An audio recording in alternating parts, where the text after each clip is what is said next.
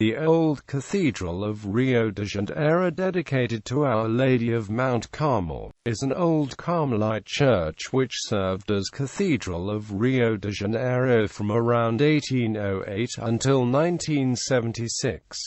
During the 19th century, it was also used successively as Royal and Imperial Chapel by the Portuguese royal family and the Brazilian imperial family, respectively. It is located in the Praça XV square, in downtown Rio.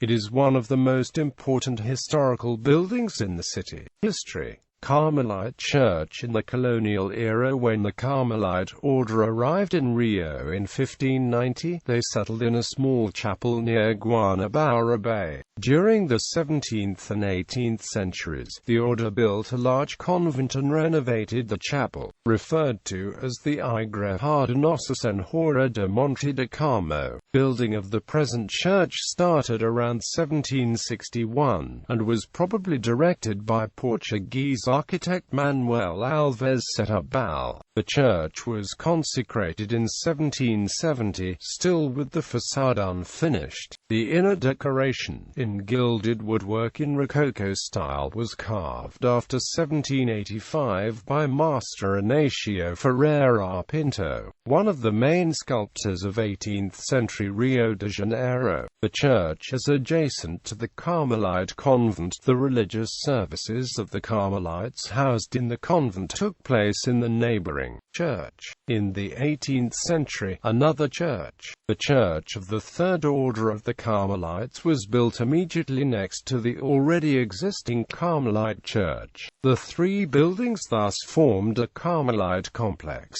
integrated by the Carmelite convent, the Carmelite church, and the Church of the Carmelite Third Order. The Vice-Regal Palace, the seat of the Portuguese colonial administration of Brazil, stood in the square facing the church and the complex of Carmelite religious buildings.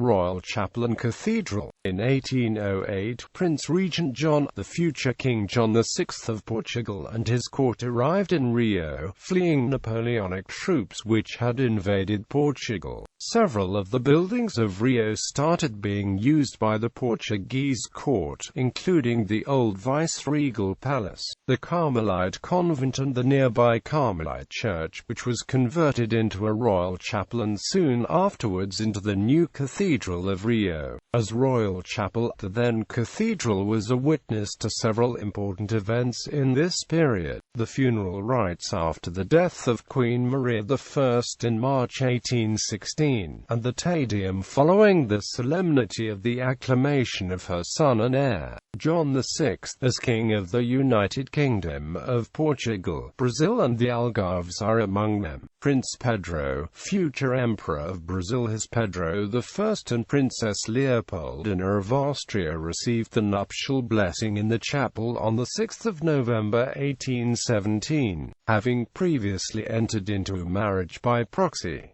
Imperial Chapel. With the declaration of the independence of Brazil in 1822 and the foundation of the Empire of Brazil, the cathedral church became the Imperial Chapel. The facade was completed around this time by Portuguese architect Pedro Alexandre Cavroé, who added a pediment in neoclassical style to the church. Important events in the Imperial Chapel include the coronations of Emperor Pedro I and his successor, Pedro II, the signing of the Constitution of the Empire of Brazil, followed by the Emperor's oath to the Constitution and by a Te Deum, the bestowal of the nuptial blessing upon Emperor Pedro I and his second wife, Empress Amelia, the bestowal of the nuptial blessing upon Emperor Pedro II and his wife Empress Teresa Cristina, the baptism of Isabel, Princess Imperial of Brazil, and the wedding of Princess Isabel with Gaston, Comte du, the coronation masses of Emperors Pedro I and Pedro II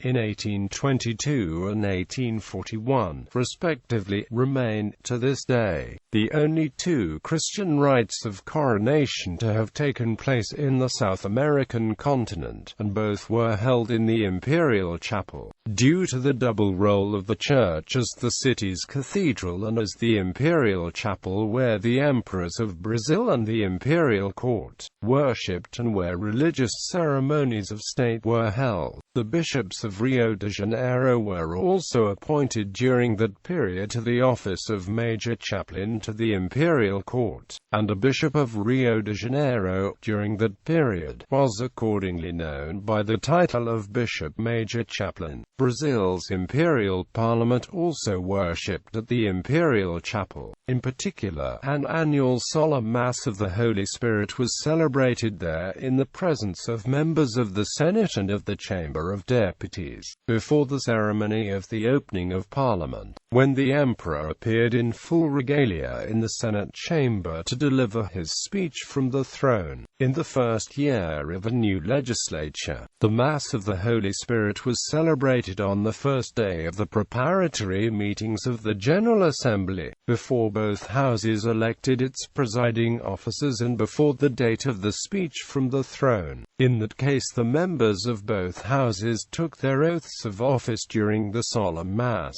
Republic. With Coup-d'Etat that proclaimed Brazil a republic, the church lost its title of Imperial Chapel but remained the Cathedral of the Rio de Janeiro. Shortly thereafter, the provisional government of the Republic issued the decree on the separation of church and state. Accordingly, in the new Republican era, the cathedral was no longer the site of state ceremonies. Still, in the following decades, the Brazilian people and the population of the city of Rio de Janeiro remained predominantly Catholic, and so the cathedral retained its prestige and cultural significance. Furthermore, until the transfer of the federal capital to the newly built city of Brasilia in 1960, Rio de Janeiro remained the capital of Brazil, and so the church retained, until 1960, the status as the cathedral of the nation's capital city.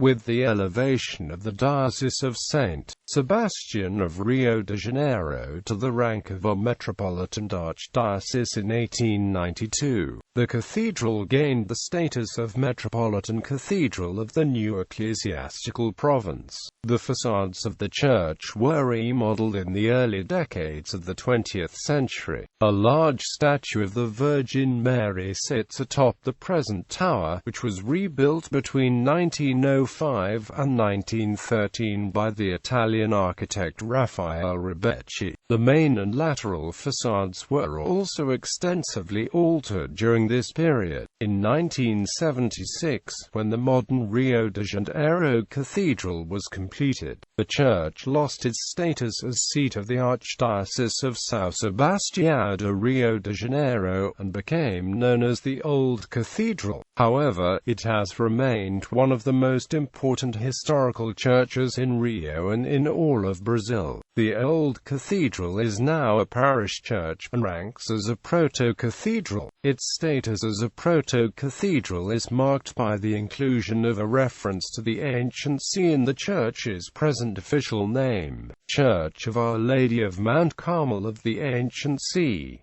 Notable characteristics. Art. The Old Cathedral of Rio de Janeiro, apart from being of exceptional historical value for the city and the country, has one of the most harmonious interior decorations among the churches in Rio. The walls, chapels and ceiling are covered with ornate Rococo woodwork showing lightness and unity in style. The decoration was executed after 1785 mainly by one of Rio's best Rococo woodcarvers of the period, Inácio Ferreira Pinto. He was also responsible for the main altarpiece. The upper walls of the one-aisled nave have a series of balconies and oval paintings of the apostles by painter José Leandro de Carvalho. Later reforms did not substantially alter the inner decoration, but the facades were almost completely remodeled in the early 20th century. Only the lower part part of the main facade, with its 3 portals, is still original. Music. The old Cathedral of Rio was an important setting for classical music in Brazil. In 1808, the Brazilian composer Father José Mauricio Nunes Garcia was appointed master of the Royal Chapel by Prince Regent John. Father José Mauricio is considered the best composer of the period. He was later replaced by another important musical figure, the Portuguese Marcos Portugal.